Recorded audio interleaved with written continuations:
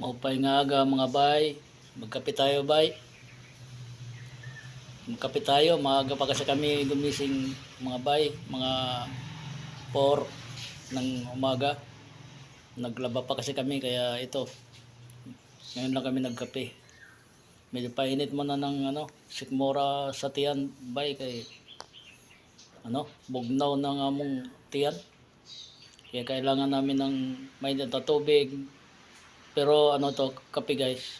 Tsaka nagluto si Mrs. ng ng poto na na namin kagabi.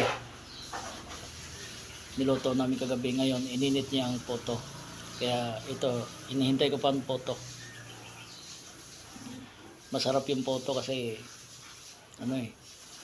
na bigas, magandang bigas ang ginawa. So ito, magkakape na kami. Kape tayo mga bay.